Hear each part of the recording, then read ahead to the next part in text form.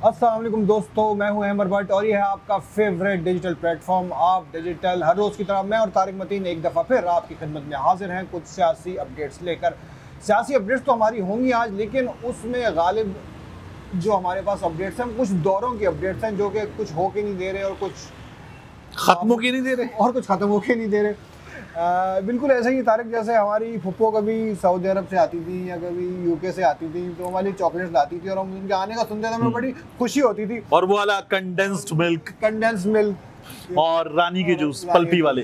तो ये जो फुप्पा हैं शहजादा सुलेमान, क्या नाम है, मोहम्मद सुलेमान, हाँ, इन्होंने इनकी तरफ से आ गया कि ये नहीं आ रहे, इनका जो है दौरा था पाकिस्तान का। तो गैर यकीनी सूरत हाल आई थिंक इसकी देखें, अगर घर में दुल्हन ना हो, दुल्हन गई हो मैके और घर वालों ने दुल्हन को मैके भेज दिया हो, तो फिर मेहमान कैसे आएंगे यार? तो बच्चों को चॉकलेट कौन देगा? बच्चे तो इसी इंतजार में बैठे थे। बच्चों को चॉकलेट मिल जाएगी, लेकिन पहले दुल्हन जाएगी और दुल्हन ससुरालियों के जो मुतालबात हैं वो पूरे करवाएगी। तो फिर एक वो होते हैं ना, वो वाली दुल्हन होती है जिससे कहा जाता है जा अपने बाप के घर। अब बड़ा भाई भी बाप की जैसा होता है, हिंदी फिल्मों में कहते हैं बाप समान। हाँ, तो बड़ा भाई भी बाप के जैसा होता है। तो दुल्हन को भेज दिया गया है बाप के घर और दुल्हन से कहा गया है कि जा वहां जाके ये लेकर आ। अब दुल्हन जो है वो गई है, तो दुल्हन गई, अब बड़े भाई ने कह दिया नहीं कुछ नहीं होता, तुम घर जाओ और हम देख लेंगे।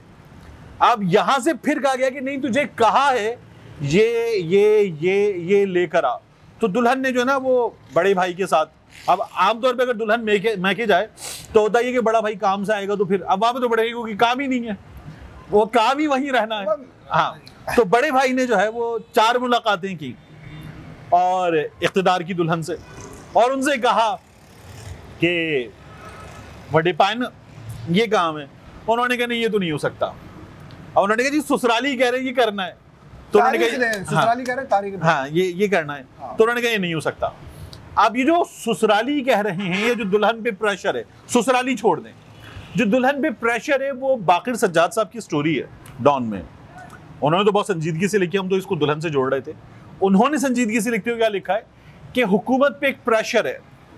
ये प्रेशर हुकूमत पे इसलिए है कि मुक्तदिर ताकतों पर एक प्रेशर है, जो हालात हैं उन हालात में, और वो ये चाहते हैं कि जो बड़ा फैसला है, बड़ी तयनाती है, ये तयनाती हो जाए ऐसे कि उससे पहले तहरीक इंसाफ भी राजी हो जाए। अब तहरीक इंसाफ राजी कब होगी?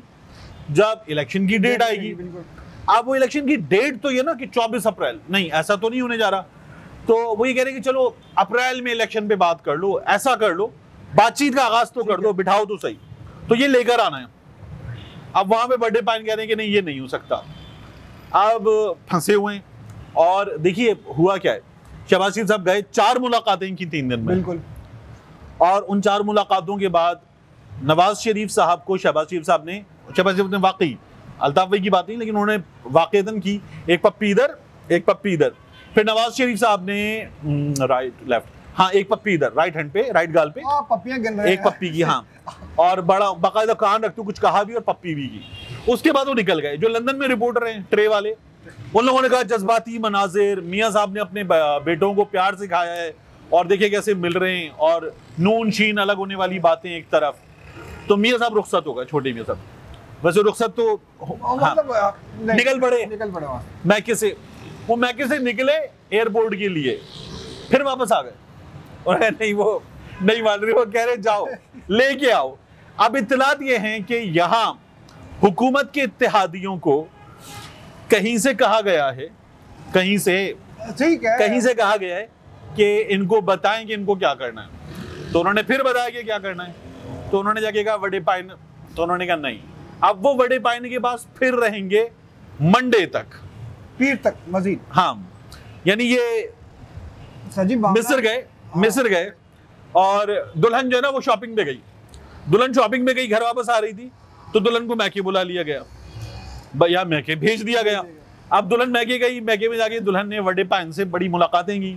उसके बाद दुल्हन को आना था, दुल्हन आने के लिए निकली तो फिर कह देगा उधर ही रह, हाँ। जब तक नहीं आना है गल भी करके। हाँ, तब तक नहीं आना जब तक, हाँ तो दुल्हन अब वहीं पर है, पीठ तक वहीं पर है, फिर बातचीत होगी, उसके बाद कोई फैसला होगा तो फिर आना होगा।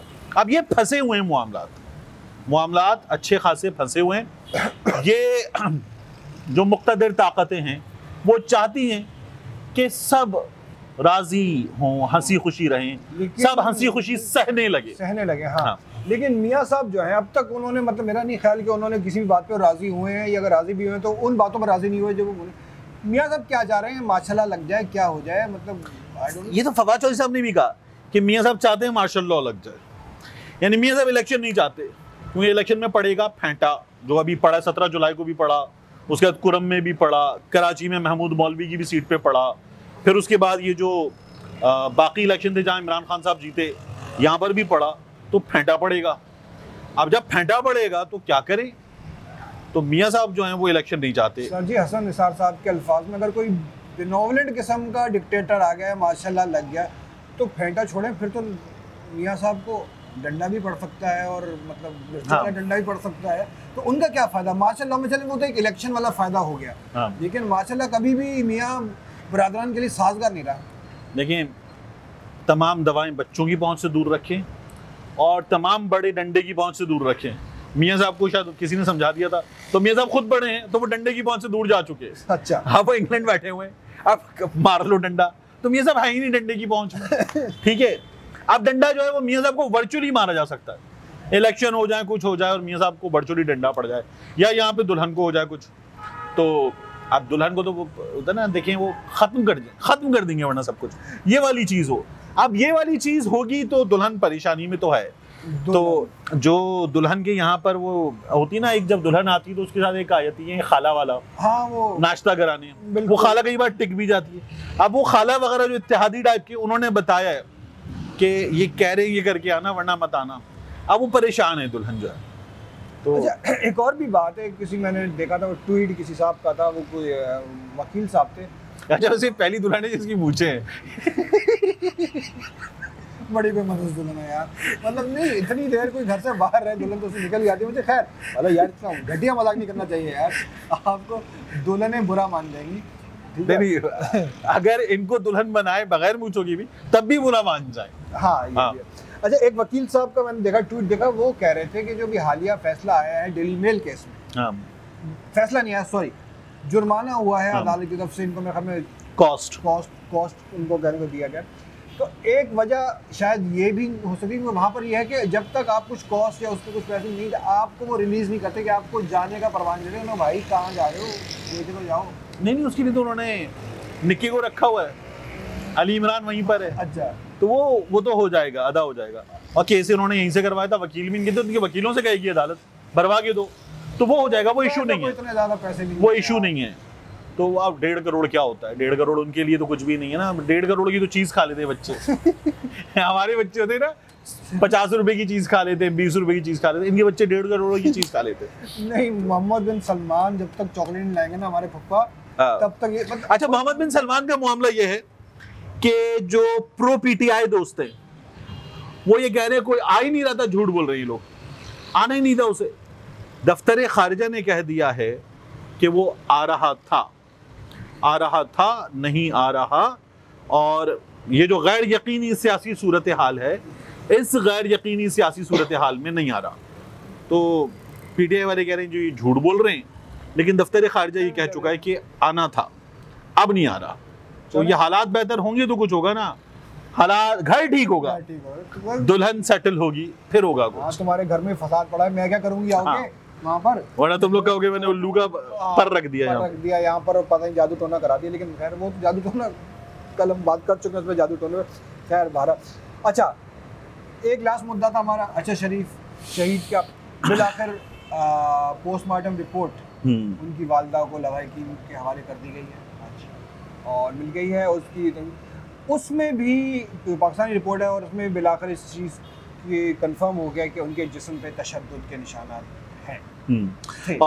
तशद्दुद के निशानात जसद खाकी पर मौजूद हैं, ये उसमें भी कंफर्म हो गया। लेकिन उसमें भी कुछ अजीब सी चीज़ आ रही है। मैंने एक जगह कहा है कि मुझे वो कंफर्म करके बताएं। अरशद शरीफ की फैमिली को जो रिपोर्ट अब मिली है वो ओरिजिनल डॉक्यूमेंट नहीं है, जिसपे अगर मोहर है तो मोहर जो है वो ओरिजिनल हो, डॉक्यूमेंट ओरिजिनल हो, उनको गालिबन फोटोकॉपी मिली अभी। ठीक।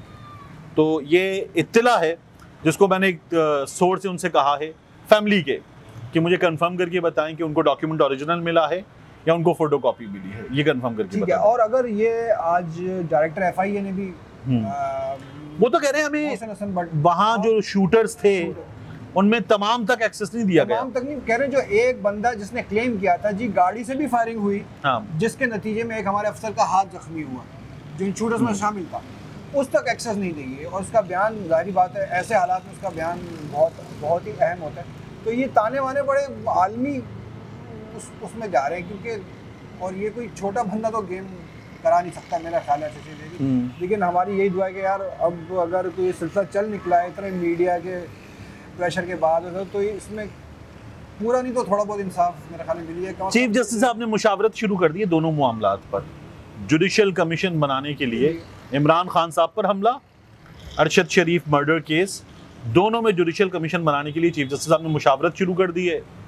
आज हफ्ता था, इतवार गुजरेगा, मेरा ख्याल है कि मंडे तक या ट्यूसडे तक हमारे सामने उस जुडिशियल कमीशन की शक्ल आ चुकी होगी। तो ये इंशाल्लाह हो जाएगा, बहुत ड्यू है, तो ये डेफिनेटली जल्दी हो जाना चाहिए। इसमें अब वैसे ही बहुत देर हो गई। चलिए खैर ठीक है, यही रैप अप करते हैं मेरे ख्याल में। और आज चूँकि वर्ल्ड T20 की फाइनल की आज जो है वो चांद रात भी है, कल हमारा पूरा मुल्क बल्कि नजरें जमाए बैठा होगा टीवी पर। बस ये है कि एक छोटी सी अपडेट ये थी कि कल बहुत ज़्यादा बारिश का इम्कान है मेलबर्न में, और बारिश अगर गिरी तो वो हमारे जज्बात पे ना गिर जाए। लेकिन अल्लाह करे पाकिस्तान वर्ल्ड कप जीत के आए काफ़ी अर्से बाद। मेरे ख्याल में कितने अर्से बाद पाकिस्तान जीत रहा है, कोई अगर जीतेगा तो वो ट्रॉफी में हमने 2009 में T20 वर्ल्ड कप जीता था। जी ऐसा ही है, बिल्कुल ऐसा ही है। तो तकरीबन तो दुआएं हम भी कर रहे हैं, आप भी कीजिएगा। और हमारे जो एक्सपर्ट हैं इस पर सोहेब अलवी साहब, जो कॉमन ग्राउंड ढूंढे जाते हैं ना 92 वाले और अब के वाले, तो उनमें एक कॉमन ग्राउंड और निकाला गया है। देखें बाबर में कितने लेटर हैं? 5। इमरान में कितने लेटर हैं? 5। इमरान के दूसरे हिस्से में खान में कितने लेटर हैं? 4। बाबर का दूसरा हिस्सा आजम कितने लेटर है? 4। ऐथे रख। अच्छा नहीं ऊपर करके, क्योंकि पिछली दफा हमारी जो है ना ये आप जो ऐसे करें हाँ, क्योंकि पिछली दफा हमारी नजर नहीं आई थी तारीफ। अच्छा आज पीसीबी ने एक और बड़ा अजीबोगरीब किस्म का दिया है बयान, और वो देखा है उन्होंने कहा जी उस 92 के वर्ल्ड कप में रमज़ान चल रहे थे और खिलाड़ी रोज़े रख रहे थे, तो इस दफ़ा भी उसको पूरा करने के लिए मतलब पूरे के खिलाड़ियों ने रोज़े रखने शुरू कर दिए, और ताकि ये चीज़ भी पूरी हो जाए सिमिलैरिटी। तो यार ये थोड़ा सा मेरे ख्याल में ज़्यादा हो गया है। पीसीबी थोड़ा सा आप लोग ठंड रखें, खिलाड़ियों को थोड़ा खाने पीने दे कल के लिए, जो चीज़ जो है। तब कैप्टन जो था ना वो बुजुर्ग था, अब कैप्टन बुजुर्ग नहीं है, बुजुर्ग नहीं है। यार आपने कैप्टन को बुजुर्ग कह दिया यार। इमरान खान तब बुजुर्ग हो चुके थे। अच्छा हो चुके थे, चलो ठीक है। खैर हम अपनी चिट-चैट को यहीं पर ख़त्म करते हैं। आप जो है अपना बहुत ख्याल रखिएगा, और हमारी दिल से दुआ है कि कल पाकिस्तान बिल आखिर एक दफ़ा फिर ट्रॉफी वापस लाने में कामयाब हो जाए। आप सबका बहुत बहुत शुक्रिया। आमीन।